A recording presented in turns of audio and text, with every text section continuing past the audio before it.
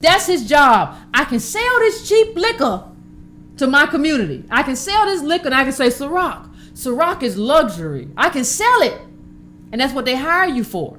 So let me just say this. Before we get, and put up, now you can put up the tweet. I just want y'all to look at, now we can put up the tweet. Someone said Jay-Z owned 1/35 of 1% of the Nets. And he was out front for a Russian billionaire. The real owner and the real broker was a Russian billionaire. But you can always get us out front to be ahead of some mess for a little bit of money. We'll smile. Yes, sir, we will.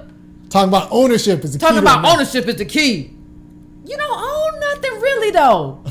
And so he had this series of tweets that just really bothered me. It was a series of tweets, and half these people from Kamala Harris to Diddy, I just hate. We went to this Howard University, same school, but y'all crazy.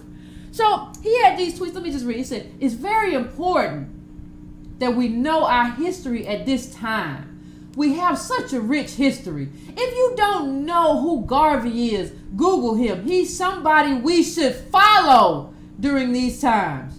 Our goal should be economic independence. Then we won't have to worry about what anybody says. How can you tell somebody to be economically independent when you're not economically independent? That's all I want to ask.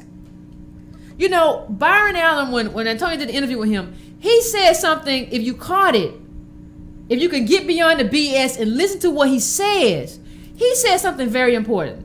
He said there's a difference between black targeted. There's a difference between black targeted media and black owned media. What you have with Revolt, and probably at Magic Johnson's Aspire too.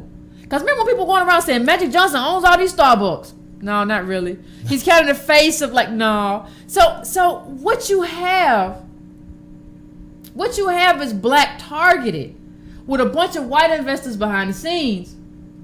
But the reason they get you to give your money is because they know how much we want to support black people, because that's who we are.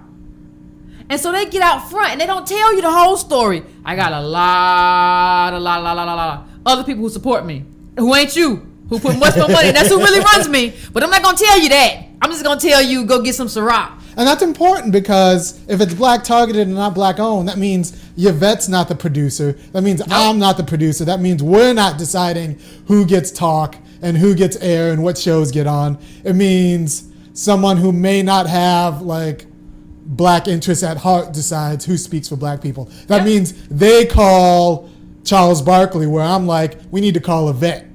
And that's the difference.